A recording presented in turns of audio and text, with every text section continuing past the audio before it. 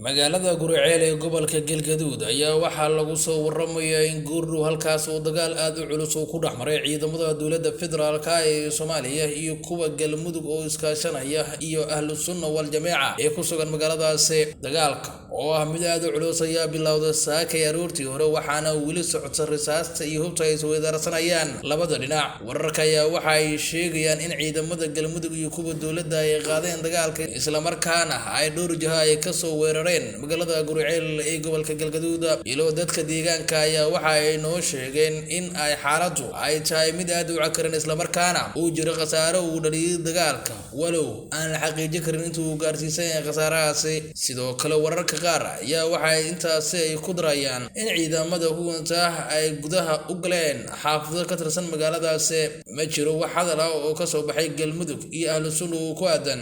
dagaalkii khasaaraha ka dhashay maalmihii u dambeeyay ayaa waxa Guriceel ka jiray dhaqdhaqaaqyo ciidan oo iska soo horjeedo waxaana xiisada ay ka dhalatay dib u soo ragaal celinta ahlu sunna wal jameeca oo dhawaan la wareegtay degmada Guriceel ee gobolka Galgaduud.